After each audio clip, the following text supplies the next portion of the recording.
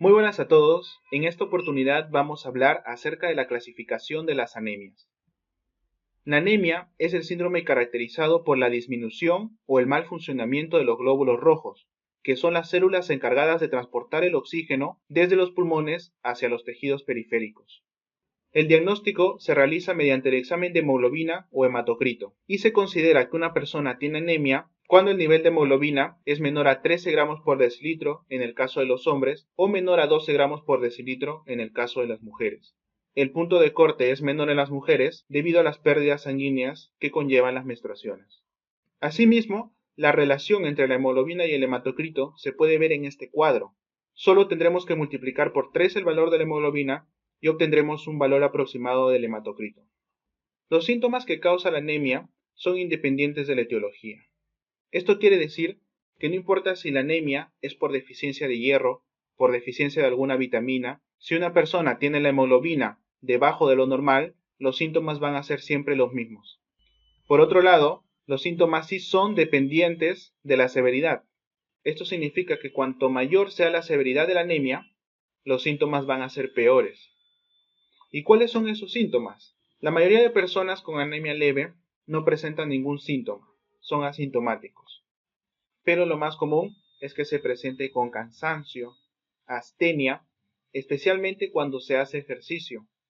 Si los niveles de hemoglobina disminuyen más, ya la persona puede llegar a presentar disnea o también confusión, trastorno del sensorio, y en casos muy severos puede llevar incluso a la muerte. ¿Y mediante qué mecanismo la anemia puede llegar a matar a una persona?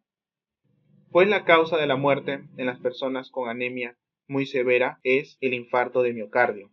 Hay tan poco transporte de oxígeno que las células del músculo cardíaco mueren. Ahora, ¿cómo se clasifican las anemias? Existen distintas formas de clasificarlas, pero la forma más utilizada y más práctica es a través del volumen corpuscular medio, el BMC. Este parámetro indica cuáles son las medidas que tienen los glóbulos rojos en promedio una persona. Su valor normal es de 80 a 100 femtolitros. Y si en un examen de sangre que le hemos hecho a una persona, nosotros encontramos que ésta tiene anemia, tiene la hemoglobina disminuida, y además al ver el volumen corpuscular medio, vemos que este se encuentra entre 80 y 100, estaremos hablando de una anemia normocítica. Por otro lado, si encontramos que una persona tiene anemia, pero el volumen corpuscular medio se encuentra por encima de 100, estaremos hablando de una anemia macrocítica. Y esto hace referencia que los glóbulos rojos están más grandes de lo que deberían estar. Finalmente, si en una persona con anemia encontramos que su volumen corpuscular medio es inferior a 80, estaremos hablando que esa persona tiene una anemia microcítica. Estos tres grupos nos ayudan a nosotros a hacer el diagnóstico diferencial. Empecemos hablando de las macrocíticas, y para esto primero es importante aclarar qué significa el término megaloblástico y qué significa el término macrocítico, que son dos términos que usualmente se utilizan como sinónimos, pero que realmente no significan lo mismo. Lo correcto es que las anemias macrocíticas se clasifican en anemias megaloblásticas y anemias no megaloblásticas. Y la característica principal de las anemias megaloblásticas es la hipersegmentación del núcleo de los neutrófilos. Para saber a qué nos estamos refiriendo exactamente, veamos esta imagen donde apreciamos a un neutrófilo normal. Como se puede observar, su núcleo tiene 3 segmentos. Ahora veamos esta otra imagen donde vemos a un neutrófilo propio de una anemia megaloblástica. Se observa cómo su núcleo está hipersegmentado y esta alteración aparece exclusivamente en las anemias megaloblásticas. ¿Y cuáles son las anemias megaloblásticas? Son las anemias por deficiencia de vitaminas de B12 y la vitamina B9, también conocida como folato. Por otro lado, las anemias no megaloblásticas son causadas por cirrosis alcohólica, por hipotiroidismo y también por el uso crónico de algunos medicamentos.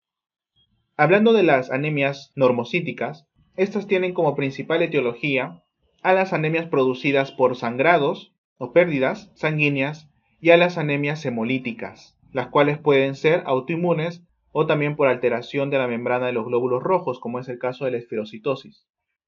¿Por qué la anemia producida por sangrados y las anemias hemolíticas son normocíticas? La respuesta está en su fisiopatología. Si una persona sufre un accidente La persona va a estar anémica, pero no hay razón por la cual el volumen corpuscular medio de los eritrocitos se tenga que ver afectado. De la misma forma, en las anemias hemolíticas. Aquí el problema no son los glóbulos rojos, sino son los anticuerpos, por lo tanto no hay alteración en el glóbulo rojo y el volumen corpuscular medio es normal. Sin embargo, hay otro ejemplo importante de anemias normocíticas, y es la anemia producida en enfermedades crónicas, teniendo como principal ejemplo la enfermedad renal crónica. Cuando los riñones están mal, están fallando crónicamente, ya no producen eritropoyetina, que es la molécula que estimula la producción de los glóbulos rojos. Por lo tanto, aquí nuevamente, el problema no es en sí el glóbulo rojo, sino el problema es que no hay eritropoyetina que estimule la producción de estos. La etiología de las anemias microcíticas son principalmente por la alteración de la hemoglobina, aunque también hay enfermedades crónicas que producen anemias microcíticas. Respecto a las que son producidas por la alteración de la hemoglobina, tenemos la anemia ferropénica, en la cual el problema es la falta de hierro, las talasemias, en donde el problema son las globinas, y las anemias sideroblásticas, en donde el problema es el grupo M. La enfermedad renal crónica también puede presentar anemia microcítica, y esto se debe a que los pacientes que reciben diálisis en el proceso siempre pierden vitaminas y minerales como el hierro. Asimismo, esta clasificación de las anemias en macrocíticas, normocíticas y microcíticas van de acuerdo a otras características como son la sintomatología. En el caso de las anemias macrocíticas y microcíticas, estas van a ser de curso crónico. Para que ocurra una deficiencia de vitamina B12, por ejemplo, hace falta que pasen años sin que la persona consuma algún alimento con esta vitamina. Lo mismo en el caso del hipotiroidismo, de la cirrosis por alcohol o del consumo de medicamentos. Son procesos crónicos. Sin embargo, hablando de las anemias normocíticas y refiriéndonos principalmente a las anemias producidas por pérdidas y las anemias hemolíticas, estas suelen caracterizarse por una presentación aguda, con descompensación hemodinámica que puede llevar a la muerte. Finalmente, un parámetro que también se diferencia en esta clasificación es el conteo de los reticulocitos. Los reticulocitos son las formas jóvenes de los glóbulos rojos.